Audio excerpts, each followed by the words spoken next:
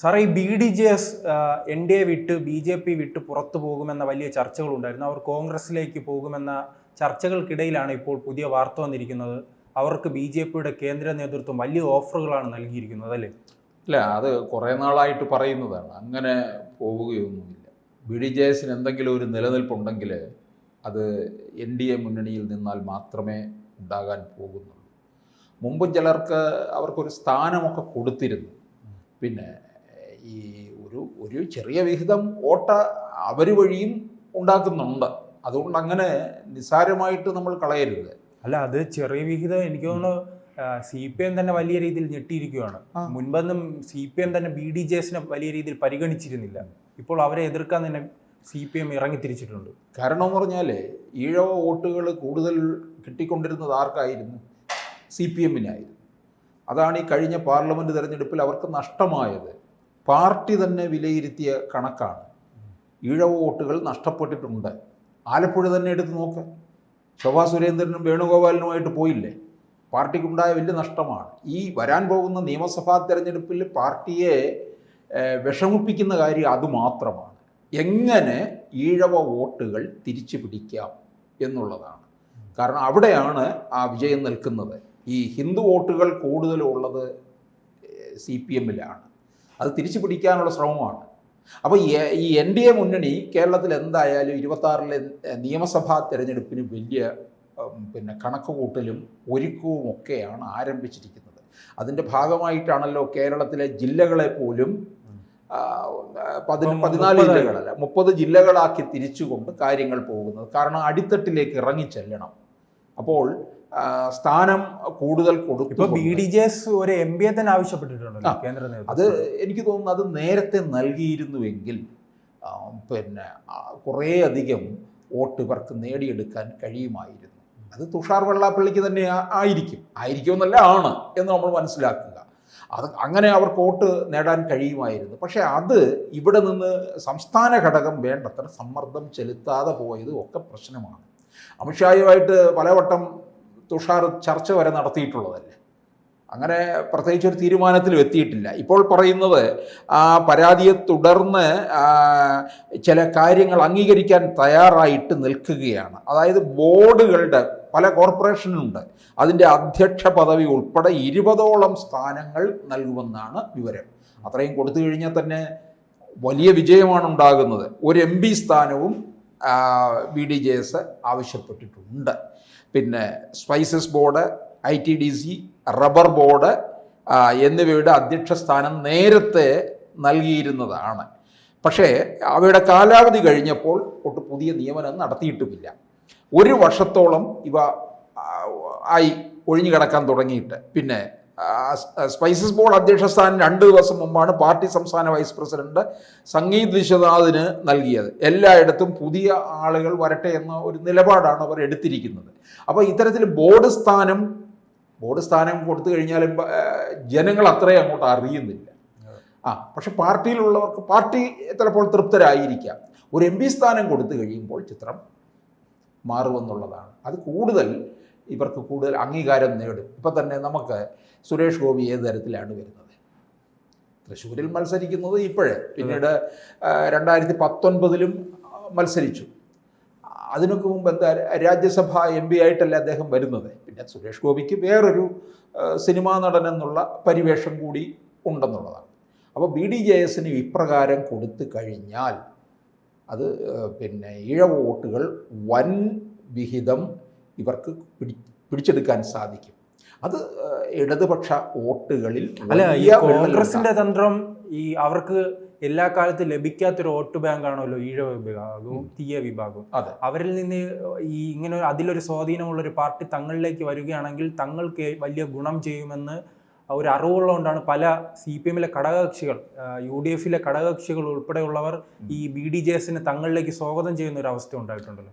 UDFലേക്ക് വരും. ഇപ്പോഴത്തെ സാഹചര്യത്തിൽ അങ്ങനെ പോകുമെന്ന് തോന്നുന്നില്ല.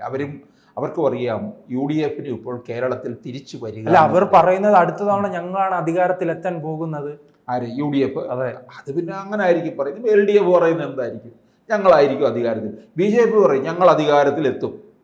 ഞങ്ങൾ 26 മുതൽ അധികാരത്തിലെത്തും എന്നൊക്കെ പറയും. സുരേന്ദ്രൻ തന്നെ പറഞ്ഞു 35 സീറ്റിന്റെ കഥ നമുക്കറിയാവുന്നതല്ലേ. ഇത്തവണ പിന്നെ VD സതീശന്റെ 63 സീറ്റ്. 63 സീറ്റ് പറഞ്ഞപ്പോഴേ തന്നെ ലീഗിന് കലിയിളകിയിരിക്കുകയാണ്. ലീഗ് അവർക്ക് 8ന്റെ പണി കൊടുക്കുമെന്നുള്ളതും ഉറപ്പായിട്ടുള്ള കാര്യമാണ്.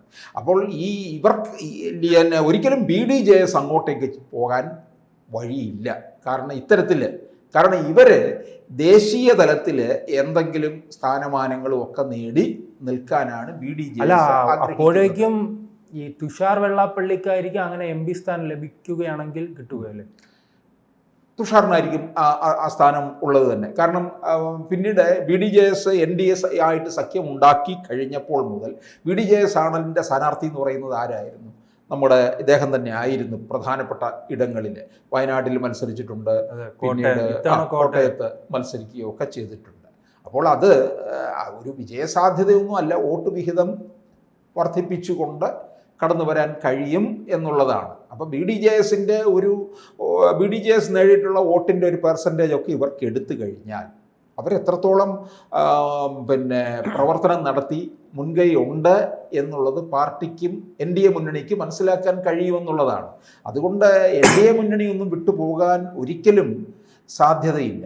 ഇവർക്ക് ദേശീയ തലത്തിൽ മതി സ്ഥാനമാനങ്ങൾ എന്നുള്ളതാണ് പിന്നെ തുഷാർ ആഗ്രഹിക്കുന്നത്. അല്ല, ഈ സ്ഥാനമാനങ്ങൾ കൊടുത്താൽ അതുകൊണ്ട് BJPക്ക് വരുന്ന നിയമസഭാ തെരഞ്ഞെടുപ്പിൽ ഗുണം ചെയ്യുമോ? ഒറ്റയടിക്ക് ഉണ്ടാകത്തില്ലല്ലോ. ഏതെങ്കിലും തരത്തിൽ ഇപ്പം 4 സീറ്റോ 5 സീറ്റോ ഒക്കെ BJP നേടിയാൽ അതെല്ലാവരുടെയും കൂടെ നേട്ടമായിട്ടേ എടുക്കണം. അങ്ങനെയായിരിക്കും ഉണ്ടാകാൻ പോകുന്നത്. അതുമല്ലെന്നുണ്ടെങ്കിൽ ഈ ഈഴവ വിഭാഗം ഉള്ളിടങ്ങളിൽ നോക്കണം, ആ മണ്ഡലത്തിലെ വോട്ട് വിഹിതം BJPയുടെ വോട്ട് വിഹിതം വർദ്ധിച്ചിട്ടുണ്ടോ എന്ന് നമുക്ക് അറിയാനായിട്ട് സാധിക്കും. അങ്ങനെ ഉണ്ടെന്നുണ്ടെങ്കിൽ ഈ കുറേ കാലം BDJSന് വലിയ പരിഗണന നൽകാതിരുന്നത് എന്തുകൊണ്ടാണെന്ന് അറിയാം. ഈ വലിയൊരു സംഭാവനയൊന്നും BDJSന്റെ ഭാഗത്ത് നിന്ന് കിട്ടിയില്ല എന്നുള്ള രീതിയിലാണ്. ഇവിടെ നിന്ന് കാര്യങ്ങൾ ധരിപ്പിക്കണം. ഈ ഇത്തരത്തിലുള്ള ഘടകകക്ഷികളെയൊക്കെ ഇവിടുത്തെ സംസ്ഥാന നേതൃത്വം എന്ത് ചെയ്തിരിക്കുകയാണ്? അവഗണിച്ചിരിക്കുകയാണ് ചെയ്യുന്നത്. അതുകൊണ്ടാണ് ഈ കുഴപ്പം പറ്റിയത്. ഇവരെ സംബന്ധിച്ചിടത്തോളം ഈ BDJSന് ഒരു സീറ്റ് MP സ്ഥാനമാക്കുന്നതിൽ ഭേദം BJPയിലുള്ള ഇവിടെയുള്ള ആരെങ്കിലും തന്നെ ഒരു MP സ്ഥാനത്തേക്ക് വരാനാണ് അവരാഗ്രഹിക്കുന്നത്. ഒരിക്കലും ഇവർ BDJSനെ വളർത്താനായിട്ടും തയ്യാറാകുന്നില്ല എന്നുള്ളതാണ്. സംസ്ഥാന ഘടകം പല അവസരങ്ങളും ഇല്ലാതാക്കുകയല്ലേ ചെയ്തിട്ടുള്ളത്. അല്ലെന്നുണ്ടെങ്കിൽ BJP നേരത്തെ തന്നെ കയറിപ്പോകത്തില്ലേ? പണ്ട് മുതൽ തന്നെ നമ്മൾ കേരളത്തിൽ BJPയെ പറ്റി കേൾക്കുന്നത് നിരവധി പരാതികളും പല ആക്ഷേപങ്ങളും ഉണ്ട്. വോട്ട് കച്ചവടം നടത്തിയവരെ എന്നുള്ള രീതിയിൽ. ഇപ്പോൾ ലാസ്റ്റിൽ വന്നപ്പോഴൊക്കെ എന്താണ് സുരേന്ദ്രൻ്റെ പേരിൽ അല്ലേ കുഴൽപ്പണം, ഇങ്ങനെയുള്ള കാര്യങ്ങളിലേക്കും ഒക്കെ വരികയുണ്ടായി. അപ്പോൾ BDJSന് അർഹമായ പ്രാതിനിധ്യം കൊടുക്കുക, കോർപ്പറേഷൻ ചെയർമാൻ സ്ഥാനം കൊടുക്കുക, അതുപോലെ തന്നെ MP സ്ഥാനം, പിന്നെ നിയമസഭാ തെരഞ്ഞെടുപ്പിൽ കൂടുതൽ സീറ്റ് അനുവദിക്കുക, അത് BDJS ചോദിക്കാൻ സാധ്യതയുള്ളത്.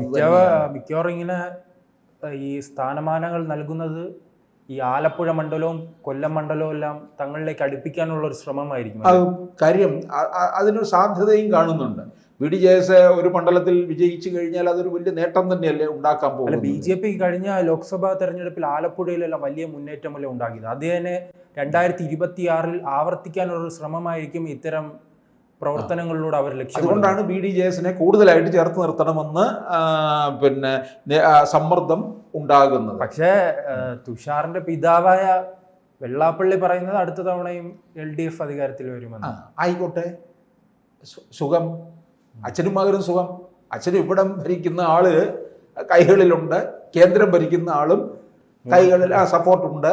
അത് മതി. അതാണ് പിന്നെ വെള്ളാപ്പള്ളി നടേശനും തുഷാർ വെള്ളാപ്പള്ളിയും ആഗ്രഹിക്കുന്നത് അതാണെന്നുള്ളതാണ്. ഒരു വീട്ടിൽ 2 അധികാരം.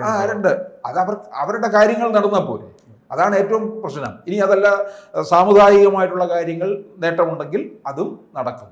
അപ്പോൾ എന്തായാലും BDJS NDA വിട്ടു പോകത്തില്ല.